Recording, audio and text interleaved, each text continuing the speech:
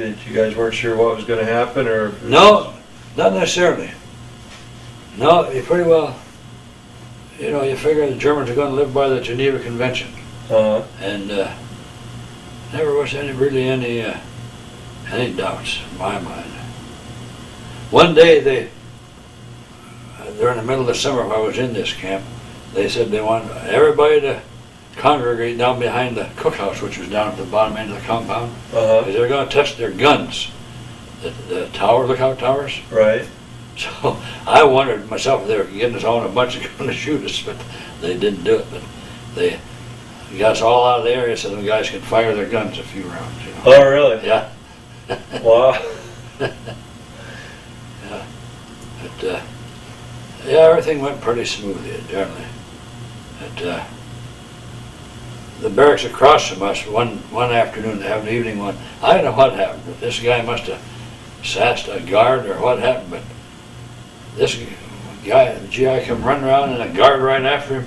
And I don't remember if he had the bayonet on or chased him, but anyhow, the guy was running around trying to get away from the guard. I don't know what caused it all, but it all ended peacefully. I don't know what could have happened, I forget. If he said something they shouldn't have said or what, I don't know. And what about fraternization with the guards? Was there? Well, not really. No, they pretty much kept to themselves. Yeah. You know, one guy they called a Big Stoop. He's a great big old guy. And what the hell was one of them they called him? They had nicknames for all of them. The one they called the Iron Cross. They're just older guys that have been kind of served their time in the front lines, maybe, I don't know. Right. Most of them are older.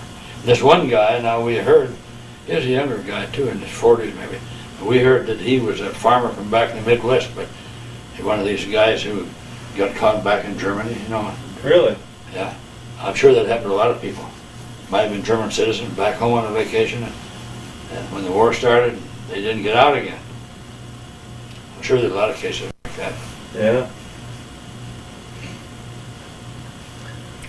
Yeah, there wasn't an opportunity much for fraternizing, really, because all you got is a guard patrolling the area, you know. Right. No, not much chance. Now, what about the military infrastructure while you were there? Were you guys pretty much on your own, or did the officers organize things? Oh, we didn't have officers. See, the officers have their own camp. Okay. Oh, yeah. Officers are in their own prison camp. Right. And I think that's one reason that they've made Air Force personnel sergeants, because the Geneva Convention doesn't allow you to work non-coms. And I often felt that that's one reason they give you a rank. Plus, they want to give you some inducement to risk your life in an airplane too. Right. But so nobody in there had to work, you see.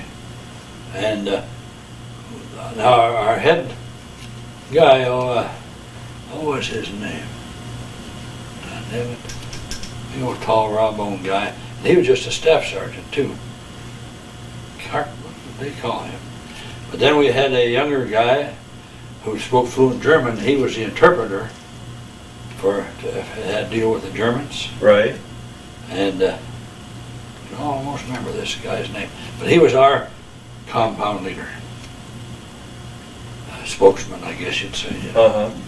Then they had a head guy, Paul, which they call each, I think, camps, maybe he is over all 4 compounds, called the man of confidence. Deals right closely, more of a personal sort of guy. I never did ever see him, but deals right pretty much directly with the Germans. They call him man of confidence. And I know just what their duties would liaison anyway, you know. But then each compound had their own leader.